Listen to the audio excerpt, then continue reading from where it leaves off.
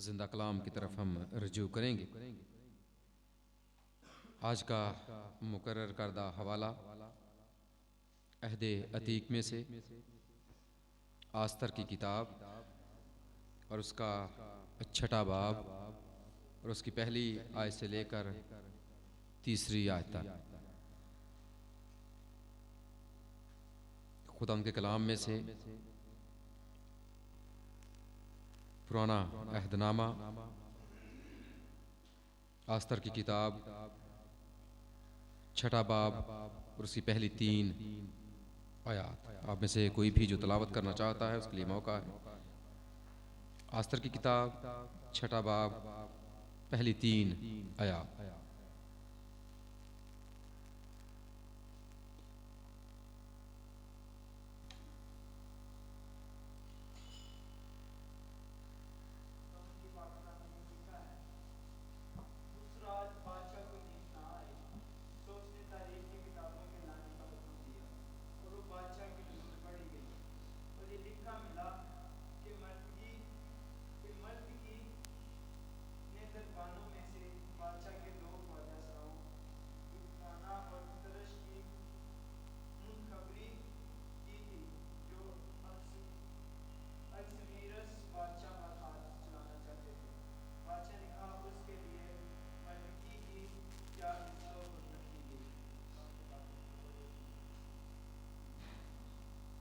بادشاہ کے ملازموں نے جو اس کی خدمت کرتے تھے کہا کہ اس کے لیے کچھ نہیں کیا گیا۔ میرے عزیزو، آستر کی کتاب بائبل مقدس میں ایک بڑی منفرد کتاب کے طور پر جانی اور پہچانی جاتی۔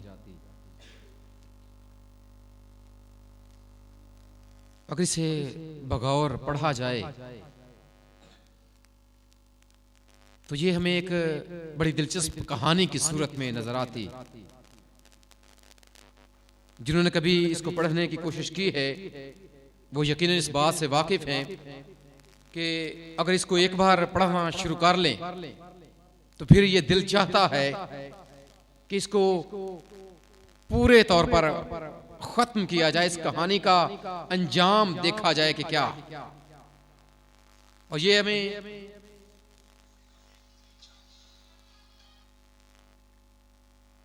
ایک ناول کی صورت میں، دلچسپ ناول کی صورت میں ہمیں یہ نظر آتی۔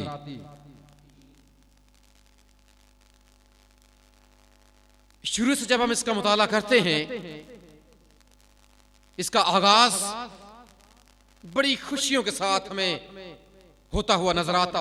ضیافتوں کی صورت میں بادشاہ جو ہے وہ ضیافت کر رہا، وہ جیسے جیسے اس کی کہانی آگے بڑھتی ہے اس میں الجھاؤ پیدا ہوتے جاتے۔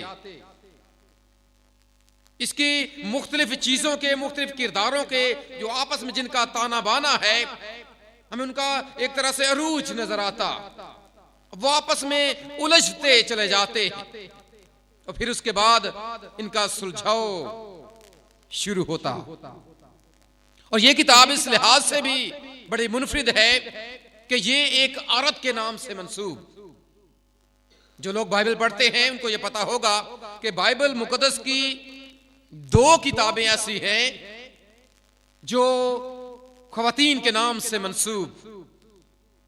ایک کتاب روت کی کتاب ہے اور دوسری کتاب آستر کی کتاب، اور یہ دونوں خواتین بڑی منفرد اس لحاظ سے کہ روت کا جو تعلق ہے وہ ایک غیر قوم سے، اس کا تعلق مواب کے ملک سے ہے اور موابی قوم سے اس کا تعلق، اور اس نے ایک اسرائیلی سے شادی کی۔ آستر کا تعلق یہودی قوم سے ہے، اسرائیل کی قوم سے ہے، لیکن اس نے ایک غیر قوم بادشاہ سے شادی کی۔ اور دونوں کے کرداروں میں ہمیں بڑی خوبصورتی نظر آتی، دونوں کے کرداروں میں ہمیں خدا کے ساتھ بڑی وابستگی نظر آتی۔ یہی وجہ ہے کہ خدا نے کتاب مقدس میں ان کے کرداروں کو رکھا تاکہ آئندہ جو آنے والے لوگ ہیں وہ ان کے کرداروں سے سبق سیکھ سکیں. اور آستر کی کتاب اس لحاظ سے بھی بڑی منفرد ہے اور بائبل کے مفسرین نے اسے ایک بڑا خوبصورت ناول گردانتے کیونکہ اس کی کہانی بڑی دلچسپ. اور جب ہم اسے بغور اس کا مطالعہ کرتے ہیں اس میں جو بادشاہ کا ذکر ہے وہ تقریباً ہمیں 93 دفعہ ملتا. مختلف طرح سے بادشاہوں کا ذکر ہمیں 93 یعنی کہ 93 مرتبہ ملتا ہے لیکن خدا کا نام ایک بار بھی اس میں مذکور نہیں. اس لحاظ سے بھی یہ کتاب بڑی انفرادیت رکھتی ہے دوسری کتابوں میں سے. ہے تو یہ بائبل کا حصہ لیکن اس میں خدا کا نام مذکور نہیں. جب ہمارے سامنے یہ بات آتی ہے تو ہم حیرت میں مبتلا ہو جاتے ہیں کہ یہ کون سی بائبل کی کتاب ہے جس کے سارے ابواب پڑھیں, ساری کی ساری آیات پڑھیں تو کسی میں بھی ہمیں خدا کا نام نظر نہیں آتا. اس کتاب کی ایک اور بڑی خوبصورت انفرادیت کہ بائبل مقدس کی جو سب سے طویل آیت ہے وہ بھی اسی کتاب کا حصہ. اس لحاظ سے یہ کتاب بڑی دلچسپ ہے. اور آستر کا کردار جب روزے ہوتے ہیں تو ہم اس کے کردار کو کافی دفعہ سیکھتے بھی ہیں اس کے بارے میں کہ کس طرح اس نے اپنی قوم کو بچانے کے لیے روزے رکھے اور نہ صرف خود روزے رکھے بلکہ اس نے دوسروں کو بھی کہا کہ تم بھی میرے ساتھ مل کر. اپنی سہیلیوں کو بھی اس نے حکم دیا اور اپنی قوم کو بھی جہاں جہاں تک اس کی آواز پہنچی یا وہ اپنی آواز کو پہنچا سکتی تھی یا اپنا پیغام پہنچا سکتی تھی اس نے سب سے کہا کہ سارے لوگ روزے رکھیں تاکہ یہ جو مصیبت یا جو آفت ہم تک آئی ہے ہم تک پہنچی ہم اسے ٹال سکیں. اور ایسا ہی ہوا. اس کے ساتھ ایک اور بڑا خوبصورت کردار جس کے بارے میں آج ہم تھوڑا سا سیکھیں گے وہ مردکی کا کردار ہے جو آستر کا چچا زاد بھائی اور اس نے آستر کو اپنی بیٹی کے طور پر پالا. اگر ہم بائبل کی تاریخ کو جو لوگ جانتے ہیں جب خدا کے لوگ اسیر ہوئے چونکہ یہ ایک غیر ملک میں رہتے 722 قبل از مسیح میں جو اسرائیل کی سلطنت تھی اسے اسوریوں نے فتح کر لیا اور اس میں سے بہت سے اسرائیلیوں کو لے کر وہ اپنے ملک کو چلے گئے. ان کو جنگی قیدی بنا لیا. انہوں نے ان کو جا کر اپنے ملک میں بسا لیا اور اس کے بعد جو یہودا کی سلطنت تھی تقریباً 585 یا 586 قبل از مسیح میں اس کو بابلیوں نے فتح کر لیا اور اس میں سے بہت سے لوگوں کو وہ بھی اپنے ساتھ اسیر کر کے لے گئے. پھر ہمیں ایک ایسا واقعہ بھی ملتا ہے کہ جب بابلیوں کا زوال آیا جب اسوریوں پر زوال آیا اور جو فارس کی سلطنت کا پہلا بادشاہ بنا خورس اس نے یہ حکم دیا کہ جو لوگ اپنے ملکوں کو جانا چاہتے ہیں بابلیوں اور اسوریوں نے جن کو جنگی قیدی بنا کر اس ملک میں وہ لے کر آئے ہیں ان میں سے جو لوگ واپس اپنے ممالک کو جانا چاہتے ہیں وہ بڑی آزادی کے ساتھ جا سکتے ہیں. اور پھر ہم عزرا اور نہمیہ کی قیادت میں دیکھتے ہیں کہ بہت سے جو یہودی لوگ ہیں وہ یروشلم کا اور اپنی سلطنت کا رخ کرتے لیکن ان میں سے بہت سے ایسے بھی تھے جو چونکہ اس ملک میں بس گئے اپنے گھر انہوں نے وہاں پر آباد کر لیے انہوں نے واپس نہ جانا چاہا. انہوں نے کہا کہ اب ہم یہیں پر ٹھیک ہیں ہم یہیں پر اب آباد ہو چکے ہیں ہماری نسلیں یہاں پر سیٹ ہو چکی ہیں ہمارے کاروبار یہاں پر سیٹ ہو چکے ہیں اس لیے ہم اپنے اس ملک کو نہیں جائیں گے بلکہ اسی ملک میں رہ کر ہم اپنی زندگی کو گزاریں گے. اور مردکی کا اور جو آستر کا قبیلہ ہے یا جو خاندان ہے یہ بھی انہی لوگوں میں سے تھا جو واپس نہ آئے. اور جب ایک سویرس جو یہاں پر ہمیں بادشاہ نظر آتا ہے مردکی اس کے دربار کا ایک ادنا سا ملازم ہے وہ اس کے دربار میں اپنی جو ڈیوٹی اس کو دی گئی ہے وہ سر انجام دیتا ہے. وہ ایک سازش کو بے نقاب کرتا. سازش یہ ہے کہ دو ایسے چوکیدار تھے